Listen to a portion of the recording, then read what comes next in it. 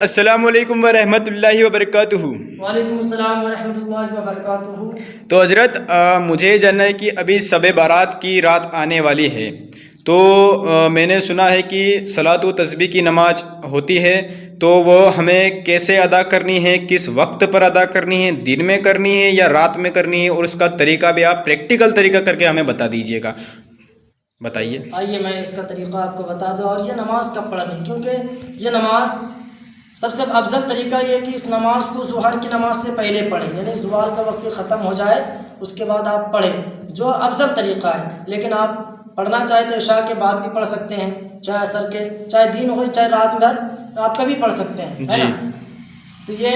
تو آئیے اس کو سب سے پہلے میں آپ کو بتا دوں اس کی نیت۔ جی آپ کو نیت کر لینی ہے جس طریقے سے، اور اس نمازوں کا آپ نیت کر دیں نماز نفل کی، کیونکہ یہ نماز صلاۃ التسبیح جو ہے نفل نماز ہے۔ تو وقت کیا بولنا ہے حضرت ہمیں؟ وقت کوئی مقرر نہیں ہے نا اس میں، اچھا، مقرر نہیں ہے نا۔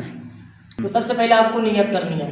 نیت کیسے کرنا ہے؟ نیت کہ میں نے 4 رکعت نماز سے نفل صلاۃ التسبیح واسطے اللہ تعالیٰ کے منہ میرا کعبہ شریف کی طرف اللہ اکبر اللہ اکبر کہہ کر کے آپ کو ہاتھ ناف کے نیچے باندھ لینا ہے۔ اس کے بعد آپ کو ثنا پڑھنا ہے، سبحانک اللہم و بحمدک و تبارک اسمک و تعالی جدک و لا الہ غیرک، ہے نا، ولا الہ غیرک۔ اس کے بعد آپ کو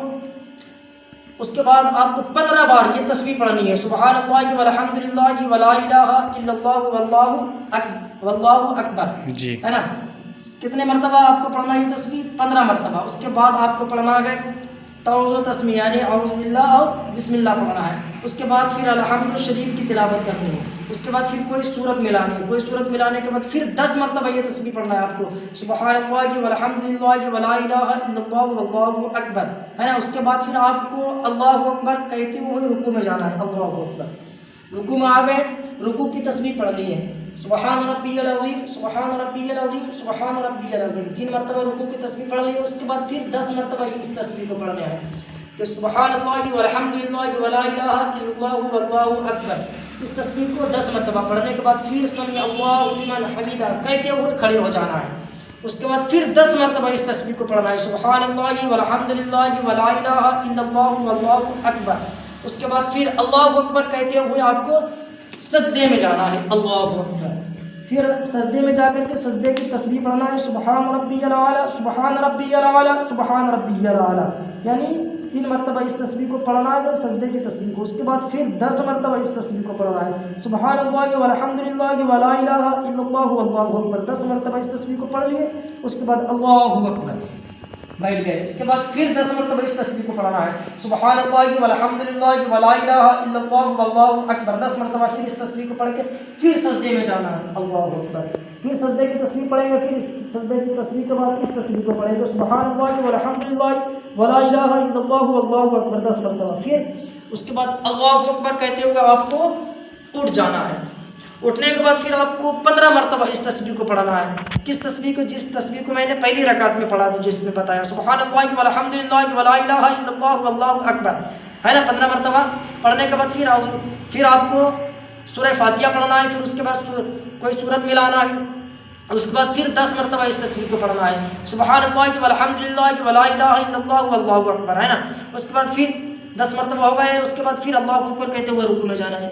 رکوع میں جانے کے بعد پھر رکوع کی تسبیح پڑھنا ہے، پھر رکوع کی تسبیح کے بعد اس تسبیح کو پڑھنا ہے، سبحان اللہ والحمد للہ ولا الہ الا اللہ واللہ اکبر، 10 مرتبہ۔ اس کے بعد سمی اللہ لمن حمیدہ کہتے ہوئے پھر 10 مرتبہ اس تسبیح کو پڑھنا ہے، سبحان اللہ والحمد للہ ولا الہ الا اللہ واللہ اکبر۔ اس کے بعد پھر سجدے میں جانا ہے، اللہ اکبر کہتے ہوئے پھر صرف سجدے کی تسبیح پڑھیں گے۔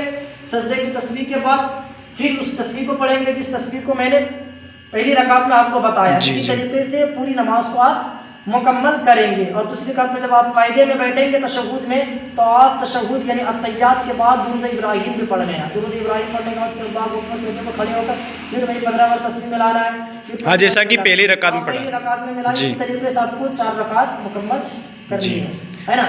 اس کے بعد پھر چوتھی رکعت میں جب آپ تشہد میں بیٹھیں گے، درود تشہد پڑھ لیا، یعنی قاعدے میں بیٹھیں گے تشہد پڑھ لیا، یعنی التحیات، اس کے بعد درود ابراہیم دعائے معصورہ، اس کے بعد پھر سلام پھیر لینا ہے۔ سلام پھیرنے کے بعد پھر اللہ کی بارگاہ میں آپ دعا کیجیے، رو کر کے گڑ گڑا کر کے اللہ کی بارگاہ میں آپ دعا مانگیے، انشاءاللہ اللہ تبارک و تعالیٰ آپ کی ہر دعا کو قبول کرے گا۔ آپ کی جو بھی تمنا ہو، آرزو ہو، رزق کے لیے ہو، چاہے کسی چیز جائز جی تمنا جی کے ہاں لیے آپ کو جائز نیک کام کے لیے آپ دعا کریں، اللہ جی تبارک و تعالیٰ پورا کرے، کیونکہ اللہ کے رسول فرماتے ہیں کہ جس نے صلاۃ التسبیح کی نماز پڑھی، جس نے صلاۃ التسبیح کی نماز پڑھی، اگر اس کی گناہ سمندر کے جھانک کے برابر، یعنی سمندر کی جھانک کے برابر بھی ہو تو اللہ تبارک و تعالیٰ صلاۃ التسبیح پڑھنے کی وجہ سے اس کی سارے گناہ کو معاف کر دیتا جی ہے نا۔ تو بہت بڑی فضیلت ہے اس صلاۃ التسبیح کہ آپ زندگی میں کبھی بھی پڑھ سکتے اس نماز کو، ہے جی نا۔